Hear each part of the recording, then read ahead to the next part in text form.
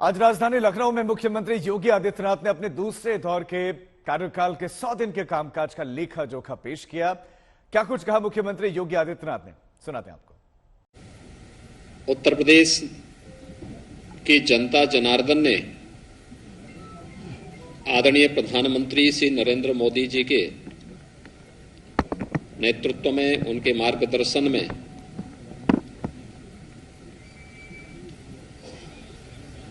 अभी हाल ही में प्रदेश में संपन्न हुए विधानसभा चुनाव में भारतीय जनता पार्टी गठबंधन को प्रचंड बहुमत देकर के जिस उद्देश्य से अपना आशीर्वाद दिया था, जीत का वह सिलसिला जन विश्वास का प्रतीक तो था ही, वह निरंतर नित नए प्रतिमान स्थापित कर रहा है। विधानसभा चुनाव के बाद उत्तर प्रदेश विधान परिषद के स्थानीय प्राधिकारी के 36 सीटों पर चुनाव संपन्न हुए। इन 36 में से 33 सीट भारतीय जनता पार्टी ने और 3 सीटें निर्दलीयों ने जीते। समाजवादी पार्टी, बहुजन समाजवादी पार्टी और कांग्रेस 0 पर रही। यही नहीं, विधान परिषद गठन के पश्चात 87 वर्ष के बाद पहली बार उत्तर प्रदेश विधानमंडल का उच्च सदन कांग्रेस विहीन भी हो गया है। कांग्रेस मुक्त उच्च सदन उत्तर प्रदेश के अंदर हुआ है। विधान परिषद के स्थानीय प्राधिकारी चुनाव के साथ प्रदेश के अंदर 2 महत्वपूर्ण लोकसभा के उपचुनाव भी संपन्न हुए हैं। एक पूर्वी उत्तर प्रदेश में आजमगढ़ में और एक पश्चिमी उत्तर प्रदेश के रामपुर में। दोनों सीटें 2019 के लोकसभा चुनाव में समाजवादी पार्टी ने जीती थी।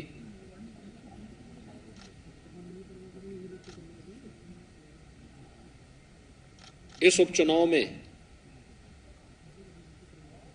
जनता जनार्दन का आशीर्वाद भारतीय जनता पार्टी को प्राप्त हुआ। यह भी प्रधानमंत्री मोदी जी की नीतियों के प्रति और सरकार की सक्रियता और बेहतर समन्वय का एक परिणाम है कि जनता जनार्दन का आशीर्वाद फिर से भारतीय जनता पार्टी गठबंधन के प्रत्याशियों को प्राप्त हुआ और दोनों सीटों पर भी भारतीय जनता पार्टी के प्रत्याशी विजयी हुए। 25 मार्च 2022 को हमारी सरकार ने प्रदेश के अंदर शपथ ग्रहण किया।